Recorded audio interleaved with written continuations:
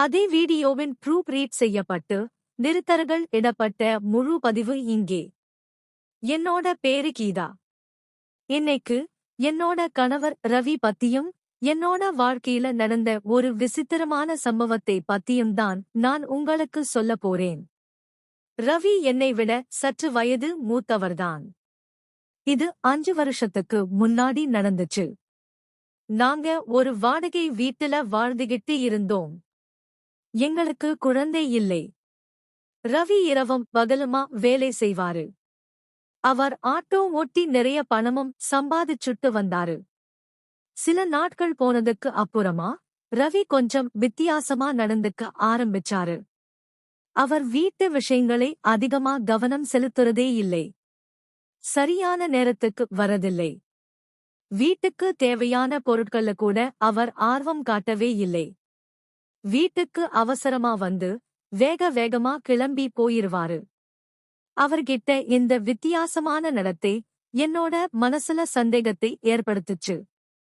ஒரு நாள் நைட்டு அவர் தூங்கும்போது நான் அவர்கிட்ட இதை பத்தி பேச முயற்சி பண்ணேன். ஆனா அவர் எதுவுமே சொல்ல தயாரா இல்ல. அவர் என்கிட்ட, உனக்கு என்ன குறைச்சல்? சொல்லு. நான் வெளியில கடுமையா உழைச்சிட்டு இருக்கேன். எனக்கு நிறைய டென்ஷன் இருக்கும். நீ என்ன மேலும் தொந்தரவு செய்யாதேன்னு ரொம்பவே கடுமையா பேசினாரு. அவருக்கு நான் என்ன தொந்தரவு கொடுக்கிறேன்னு எனக்கு புரியவே இல்லை.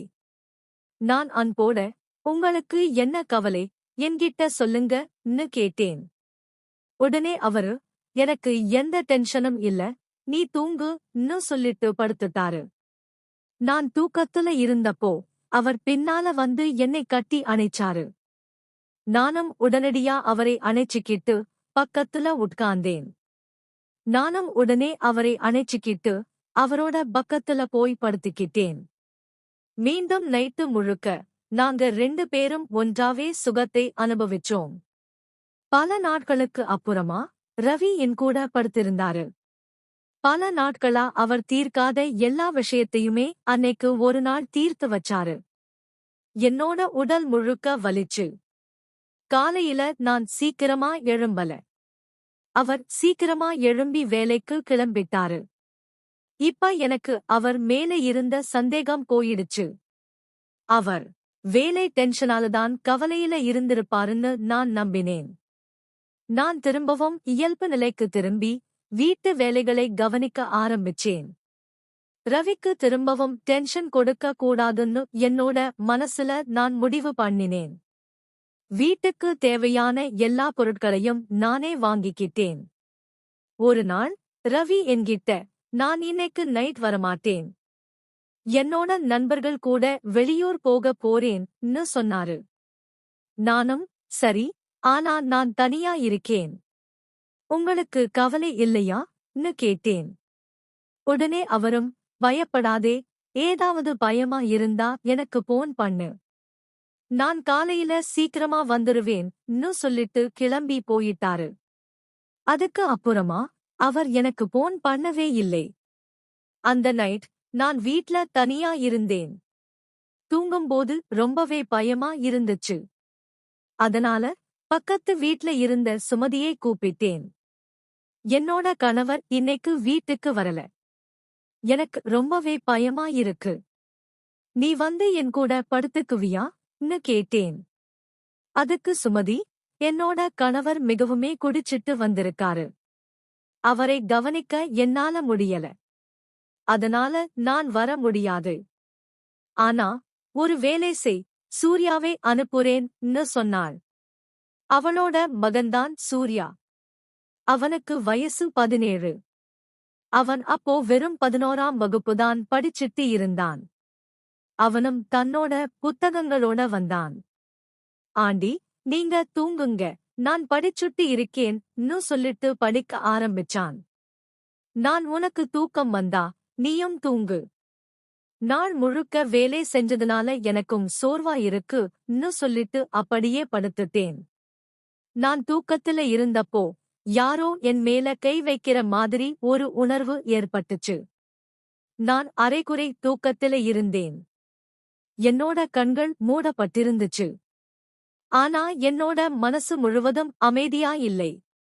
ஏதோ விசித்திரமா உணர ஆரம்பிச்சேன். என்னோட உடல்ல ஒரு மெல்லிய ஸ்பரிசம் பட்டுச்சு. ஒரு விரல் மிக கவனமா, மென்மையா என்னோட கையிலையும் தோலையும் நகர்ற மாதிரி இருந்துச்சு. முதல்ல அது கனவா இருக்கும்னு நினைச்சேன்.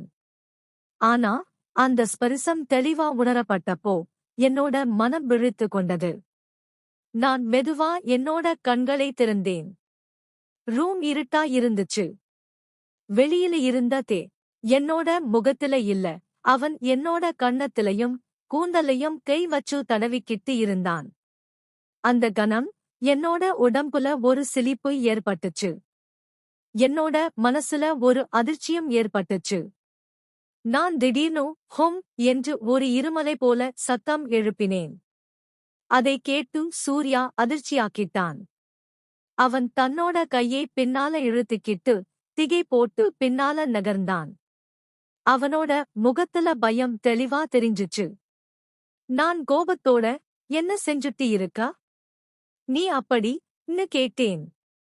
அவன் பயந்துகிட்டே, இல்ல ஆண்டி, நீங்க தூங்கிக்கிட்டு இருந்தீங்க, உங்களோட முடி கண்கள்ல விழுந்துச்சு. அதை நான் விளக்குனேன். வேறு எந்த எண்ணத்திலையும் நான் இதை செய்யலன்னு சொன்னான்.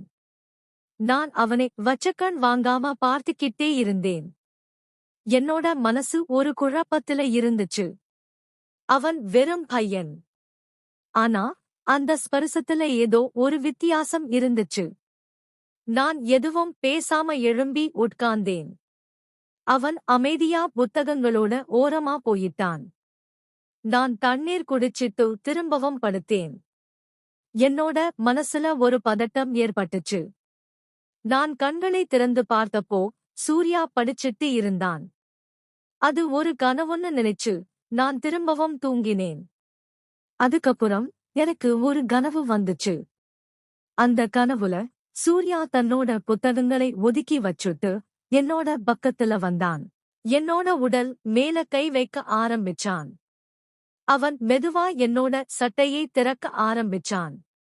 அதுக்கப்புறமா என்னோட உச்சந்தலை முதல் உள்ளங்கால் வரைக்கும் அவனோட விரல்களை படரவிட்டான்.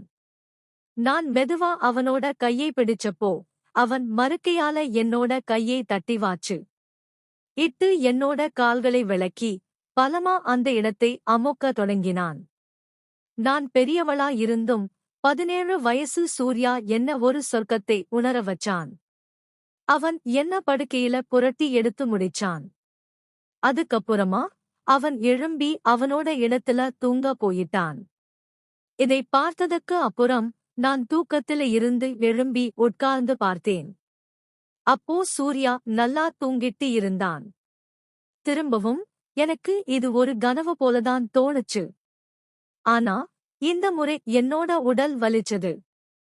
நான் எழும்பி என்னோட கலைஞ்சிருந்த சேலையை சரி செஞ்சுக்கிட்டு தூங்கினேன். காலையில எழுந்தப்போ எனக்கு ரொம்பவே கஷ்டமா இருந்தது. நான் சீக்கிரமா எழும்பி பாத்ரூம் போனேன். அங்க பார்த்தா என்னோட உடல் முழுக்க சிவந்து போயிருந்தது. எனக்கு எதுவுமே புரியல. என்னோட மனசுல ஏதோ சந்தேகம் வர ஆரம்பிச்சது. நான் சூர்யாவை கூப்பிட்டு கேட்டேன், சூர்யா, நேத்து நைட் யாராவது வந்தாங்களா? சூர்யாவும், இல்ல. ஏன் ஆண்டி அப்படி கேக்குறீங்கன்னு கேட்டான். நான், அப்படின்னா நீ நேத்து முழுக்க என்ன செஞ்சுக்கிட்டு இருந்தன்னு கேட்டேன். சூர்யாவும், ஒன்னும் இல்ல, கொஞ்ச நேரம் படிச்சேன். அதுக்கப்புறம் தூங்கிட்டேன். அதுக்கப்புறம் என்ன நடந்துச்சுன்னு எனக்கு தெரியாதுன்னு சொன்னான். நானும் சரின்னு சொன்னேன். சூர்யா ஒரு வார்த்தை கூட பேசாம அங்க இருந்து போயிட்டான். எனக்கு என்ன செய்யறதுன்னே தெரியல. அதுக்கப்புறம் நான் ரவிக்கு போன் பண்ணேன். ரவி யார்கிட்டயோ பேசிட்டு இருந்தான். எனக்கு என்ன நடக்குதுன்னு புரியவே இல்லை. அதுக்கப்புறம் அவன் எனக்கு போன் பண்ணி, சொல்லு, நான் வீட்டுக்கு வந்துகிட்டு இருக்கேன்னு சொல்லிட்டு போன வச்சிட்டான். நானும் எழும்பி வீட்டு வேலைகளை செய்ய ஆரம்பிச்சேன். ஆனா நைட் நடந்த சம்பவம் என்னோட மனசுல ஓடிக்கிட்டே இருந்துச்சு. 1 மணி நேரத்துக்கு அப்புறமா ரவி வீட்டுக்கு வந்தான். அவனோட முகம் ரொம்பவே சோர்வா இருந்துச்சு. ஆனா கொஞ்சம் மகிழ்ச்சியாவும் தெரிஞ்சுச்சு. நானும் வருத்தத்தோட என்ன ஆச்சு? நேத்து போன் இல்ல, மெசேஜ் இல்லன்னு கேட்டேன். அவன் சாதாரணமா, சரி, என்னோட போன் சுவிட்ச் ஆஃப் ஆயிடுச்சு. நண்பனோட வீட்ல படுத்துட்டேன்னு சொன்னா, நான் எதுவுமே பேசல. சரி, இருக்கட்டும் நேன். ரவிக்கு சாப்பாடு பரிமாறனே. வீட்ல அமைதி நிலவுச்சு. ஆனா என்னோட மனசுல இப்ப 2 கேள்விகள் இருந்துச்சு. ரவி ஏன் வீட்டில இருந்து விலக ஆரம்பிச்சாரு? சூர்யா அவர் ஒரு நைட் விசித்திரமா நடந்துகிட்டது ஏன்? எனக்கு எங்கேயோ ரவி மேலையும் சூர்யா மேலையும் சந்தேகம் வந்துச்சு. ஒருவேளை அது கனவா இருந்தா என்னோட உடல் ஏன் வலிக்குது? அதனா எனக்கு சூர்யா மேலதான் சந்தேகம் வந்துச்சு. என்னோட மனசுல ரவி, சூர்யா 2 பேர் மேலையும் சந்தேகம் அதிகமாச்சு. சூர்யாவும் எதுவும் சொல்ல தயாரா இல்லாததுனால நான் ஒரு திட்டம் தீட்டினேன். நான் ரவிகிட்ட, நீங்க அடுத்த நாள் நைட்டு எப்ப வெளியில போறீங்கன்னு கேட்டேன். அவர், எப்போ வாடகைக்கு ஆட்டோ கிடைக்குமோ அப்ப போவேன். உனக்கு சொல்றேன்னு சொன்னாரு. நான் காத்திருந்த மாதிரியே அது நடந்துச்சு. ஒரு நாள் ரவி எனக்கு, ஒரு இடத்துல வாடகைக்கு ஆட்டோ ஓட்டை கிடைச்சிருக்கு. திரும்பி வர நைட் ஆகும்.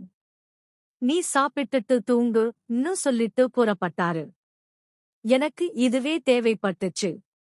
நான் உடனடியா சுமதிக்கு போன் பண்ணி, வந்து என்னோட வீட்ல என் கூட படுத்துக்கிறியான்னு கேட்டேன். சுமதியும், உனக்கு என்னோட கணவர் பத்தி தெரியும். ஒரு வேலை செய், சூர்யாவை அனுப்புறேன்னு சொன்னான். நானும், சரி, அனுப்புன்னு சொன்னேன். சூர்யா அவனோட புத்தகத்தோட தயாரா இருந்தான். ஏதோ வரேன்னு சொல்லிட்டு என் கூட வர தயாரானா.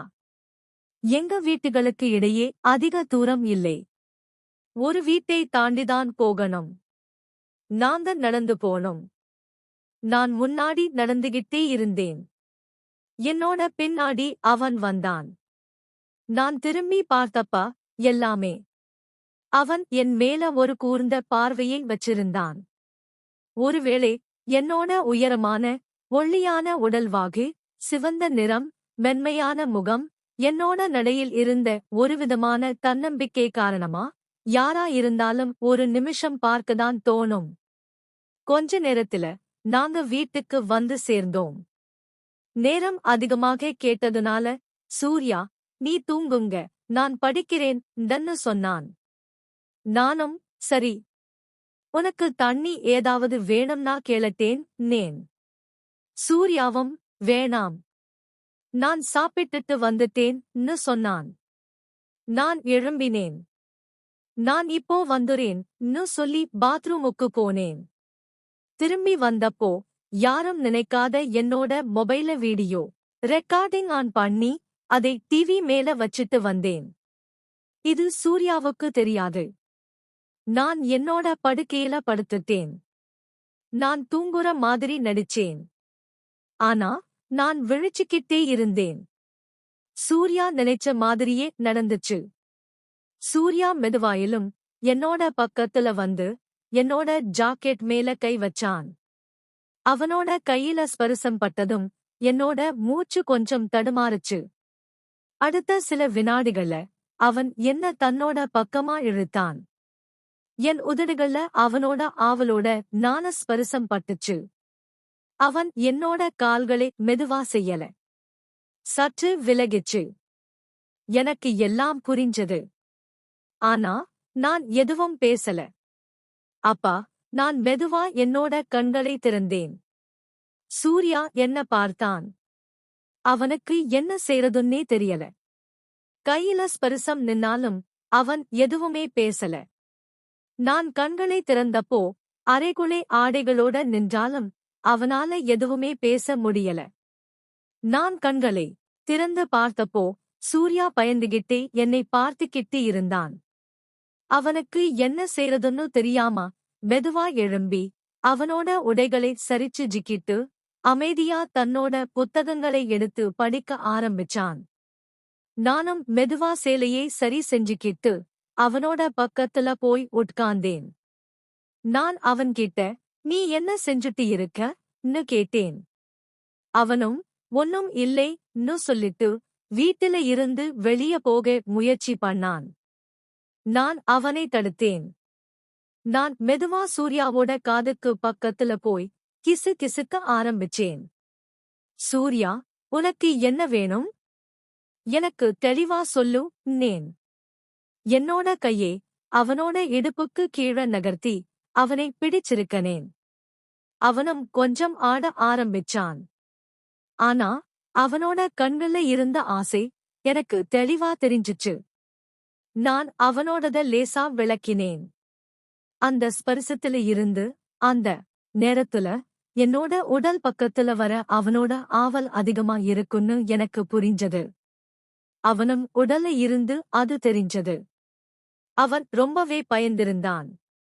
அவனுக்கு என்ன செய்யறதுன்னு தெரியல. நான் அவன்கிட்ட, நீ என்னோட பக்கத்துல வந்து என்னையோட சேலையை விளக்கி நீ என்ன செஞ்ச? இதையா நீ படிச்சதுன்னு கேட்டேன். அவனும், இல்ல, நான் அப்படி செய்யலன்னு எதுவுமே பேச முடியாம ரொம்பவே பயந்தான்.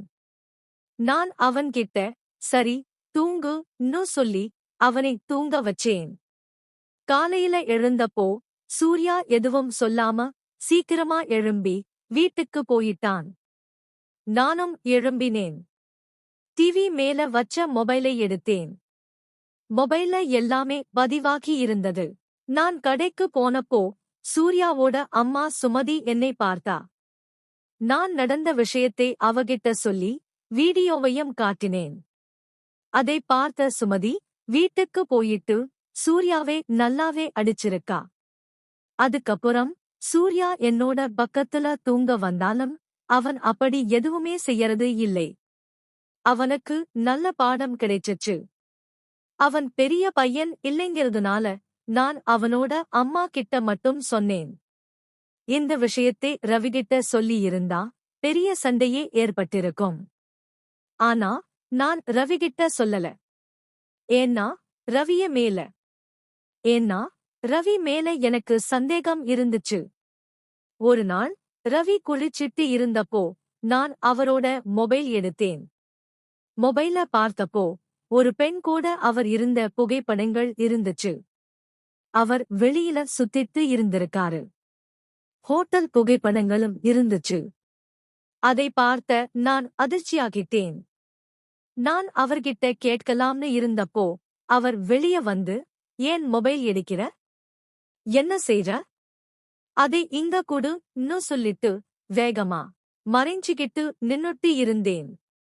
என்னோட மூச்சு ஆழ மாற்றி கண்கள உடனே நீர்வழி ஆரம்பிச்சது. ஆனா நான் அமைதியா இருந்தேன். அவங்க 2 பேரும் உள்ள பேசிட்டு இருந்தாங்க. அவ சிரிச்சுட்டு இருந்தா. அவரு அவளை பார்த்துக்கிட்டே இருந்தாரு. இவர் என்னோட கணவரே இல்ல, என் கூட எந்த மாதிரி அமைதியா பேச சந்தோஷமா இருக்க நேரம் கொடுக்காதவரு. இங்க அவரு முழுவதுமா அந்த பெண் கூட சந்தோஷமா இருந்தாரு. என்னோட கையில போன் இருந்துச்சு. ஒரு கணம் ஆதாரமா ஒரு புகைப்படம் எடுக்கலாம்னு தோணுச்சு. ஆனா இல்ல, நான் அமைதியா இருந்தேன்.